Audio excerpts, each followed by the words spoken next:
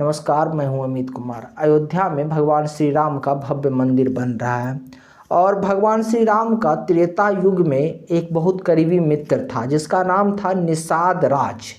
अब निषाद राज के किले में निषाद राज के मंदिर बनाने का भी मांग उठ रहा है और ये मांग कोई और नहीं उठा रहा है, ये उसी निषाद समाज के लोगों द्वारा उठाया जा रहा है। निषाद राज के वंशजों द्वारा ये मांग उठाया जा रहा है कि निषाद राज के किले में भी अब जो है निषाद राज का मंदिर बनना चाहिए, जिस प्रकार से अयोध्या में भगवान श्री राम का मंदिर बन रहा था।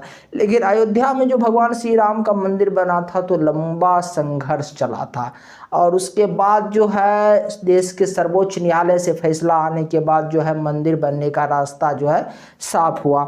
इसी प्रकार से अब जो निषाद राज का किला है ये प्रयागराज के पास है और यहाँ भी जो है एक मस्जिद की स्थापना कर दिया गया है। यहाँ भी एक मस्जिद है जो किला में बना दिया गया है। अब ये जो है यहाँ से मस्जिद हटा लिया जाए अगर जो मुस्लिम पक्ष है या जो मुस्लिम समाज की ओर से स्वेच्छा से, तब तो ये रास्ता साफ हो जाएगा कि वहाँ बहुत ही आसानी से जो है निषाद राज का मंदिर बन जाएगा। लेकिन यहाँ पे जो है बहुत बड़ी राजनीति है और यहीं पे पेच फंसेगा, क्योंकि हर विषय में अपने देश में जो है राजनीतिक होती है और कुछ लोगों को इस प्रकार के जब विषय निकल के आते हैं तो वहाँ पे अपनी राजनीतिक सूझती है और वो इसमें जो है अपनी राजनीतिक खिचड़ी पकाना चाहते हैं और राजनीति के लिए इसको भुलाना चाहते हैं। अगर राजनीति के लिए चीज़ों को भुलाया नहीं जाता तो देश जो है, देश के लोगों को जो है, पूरी दुनिया को जो है भारत के इतिहास और आज विश्व का इतिहास पता है। सबको पता है कि भगवान श्री राम त्रेता युग में हुए थे और त्रेता युग के ही भगवान श्री राम के मित्र हैं निषाद राज। अर्थात अगर हिंदू धर्म के हिसाब से अगर आप चीज़ों को देखते हैं ना तो हिंदू धर्म में 4 युगों का वर्णन है। सतयुग, त्रेता युग, द्वापर युग और ये अभी कलयुग चल रहा है। इसका भी 5000 वर्ष जो है बीत चुका है। लेकिन जो मस्जिद है वो 1 सदी, 2 सदी, 3 सदी, 4 सदी, 5 सदी पुराना है। यानी लगभग 1000 भारत में आज जितने भी मस्जिद है अगर उनकी आप जो है वैलिडिटी देखेंगे तो वैलिडिटी उसकी जो स्थापना, जो जब उसकी स्थापना हुई, जो उसका जो शिलान्यास हुआ उस कालखंड को अगर अभी से उसका गणना करेंगे तो आपको पता चलेगा कि 1000 साल से जो है पुराना जो है देश में कोई मस्जिद नहीं है, क्योंकि लगभग 1400 वर्ष पुराना जो है इस्लाम धर्म ही है। लेकिन देश के बहुत सारे लोग जो है आज भी इतिहास समझने को देश के तैयार नहीं, विश्व के इतिहास को समझने के तैयार नहीं।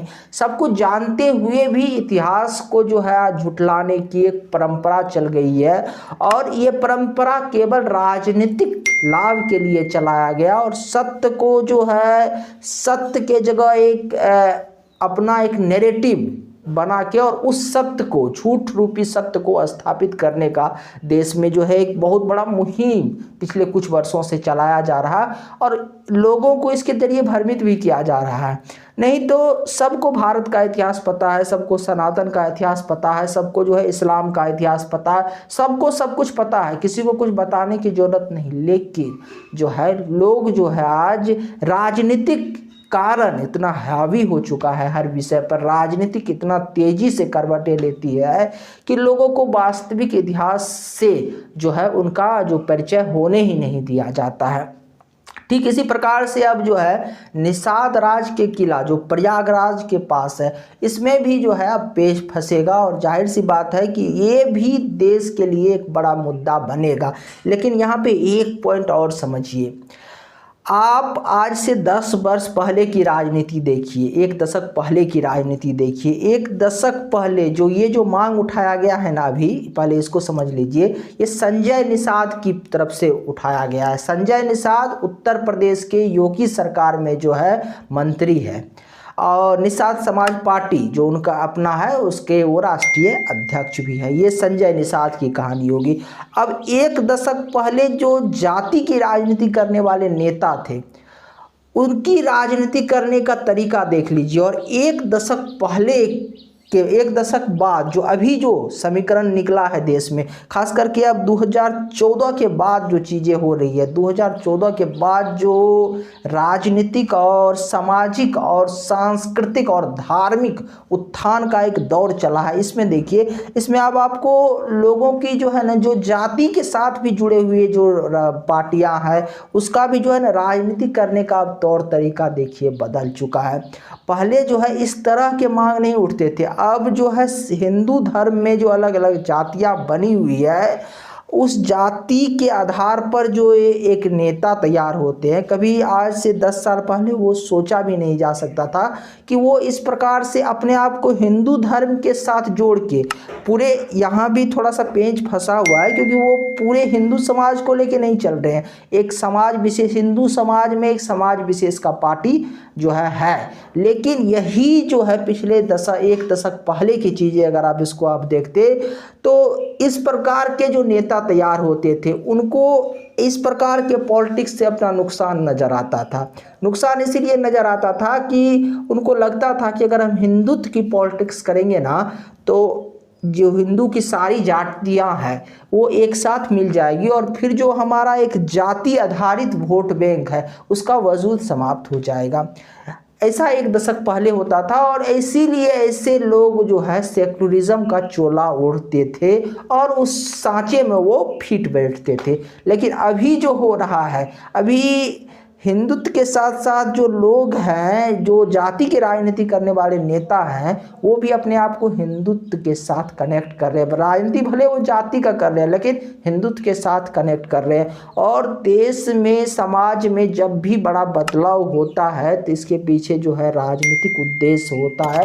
राजनीति के जरिए ही समाज और राष्ट्र में बड़ा बदलाव किया जा सकता है। और क्योंकि राजनीतिक पर्सनैलिटी जो होता है, पॉलिटिकल लोग जो होते हैं, इनकी जो फैन फॉलोइंग होती है बहुत ज़्यादा होती है, बहुत अधिक होती है और ये विचारों के साथ जुड़े हुए होते हैं, इसलिए लोग इनके बातों पे बहुत जल्दी विश्वास करते हैं। इसीलिए जो अब जो 2014 के बाद ये आप बदलाव देख रहे हैं देश में, जहाँ इतिहास को जो है पुनः अपने जो इतिहास है उसको समझ के और उस इतिहास को स्थापित करने का एक काल चला है। भारतीय संस्कृति के हिसाब से एक चीज़ों को स्थापित करने का जो एक मुहिम चला है, ये उसी मुहिम का नतीजा है। ये जो हवा चल रहा है, इसी हवा का नतीजा है कि आज जो है पूरे भारतीय समाज जाग उठा है और वो अपने इतिहास को पुनः स्थापित करना चाहता है। इसीलिए उसने जब अयोध्या में राम मंदिर बना तो काशी ज्ञानवापी का मामला भी उठा। अब जो है मथुरा में श्री कृष्ण जन्मभूमि पर जो के कुछ भाग पर जो मस्जिद बना लिया गया है, शाही ईदगाह मस्जिद, वहाँ पे भी भगवान श्री कृष्ण का भव्य मंदिर बनाने का मांग उठ रहा है। साथ ही साथ अब निषाद राज के किले में भी निषाद राज के मंदिर बनाने की मांग उठ रहा है। और ये सब इसीलिए संभव हो पाया क्योंकि समाज जो है वो अपनी इतिहास को पुनः स्थापित करना चाहता है और अपने इतिहास से सीख के जो है अपने भविष्य का निर्माण करना चाहता है। पहले तो ऐसा होता था कि अक्सर जो है हम अमेरिका का और यूरोप का, पश्चिमी देशों का नकल कर लेते थे और उसी हिसाब से अपनी चीज़ों को ढालते थे। लेकिन पिछले एक दशक में चीज़ें काफ़ी बदली है और ये बदलता हुआ भारत है। और बदलता हुआ भारत अगर आप देखेंगे तो ये तरक्की के रास्ते पर भी चल रहा है। अगर आपको हमारी जानकारी अच्छी लगी तो आप हमारे चैनल को सब्सक्राइब कर सकते हैं, वीडियो को शेयर कर सकते हैं। नमस्कार, धन्यवाद।